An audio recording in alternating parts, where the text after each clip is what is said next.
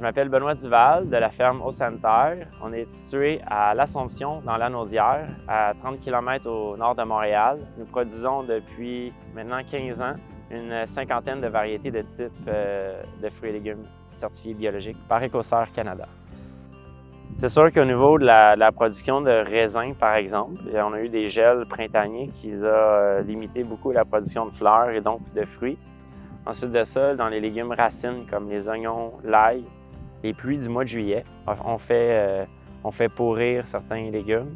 Et puis finalement, je dirais les gros vents ou même les tornades qui ont passé, ont fait casser certains arbres, fait que ça a des dommages.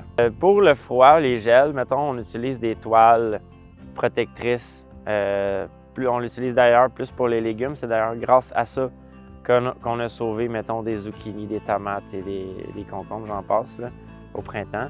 On a perdu par contre des haricots, qu'eux, ils étaient protégés, mais il a fait tellement froid, on parle de moins 3 degrés Celsius au sol, ce qui est une température anormale pour la fin mai. Bien, moi, mon nom, c'est Julie Tardif. Je suis copropriétaire de Les Jardins Glenora avec Ian Aldridge, mon mari. On est situé à Godmanchester, dans le sud-ouest du Québec.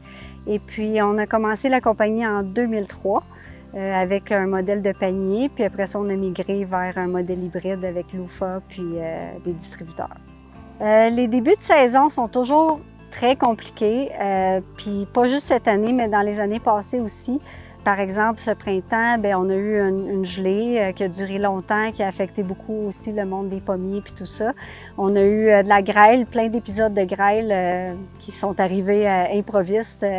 Puis là, on a tellement eu de pluie, plus que la normale. Donc, quand il y a de la grêle ou quand il y a du gel, nous, on travaille très fort. On arrose les plants qui sont déjà implantés. On met des couvertures par-dessus celles qui sont les plus fragiles, puis on croise les doigts, puis on souhaite que ça passe rapidement. C'est sûr que les débuts de saison sont difficiles pour tout le monde, puis de plus en plus.